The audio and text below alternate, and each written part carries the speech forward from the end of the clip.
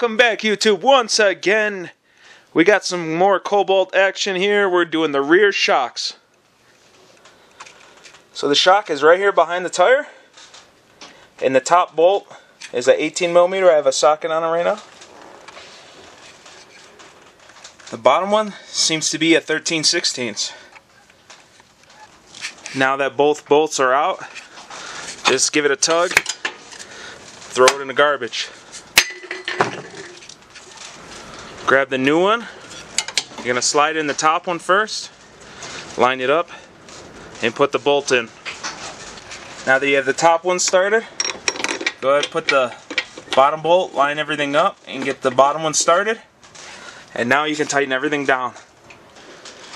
Now that you have this side done, you just jump to the other side, do the same thing.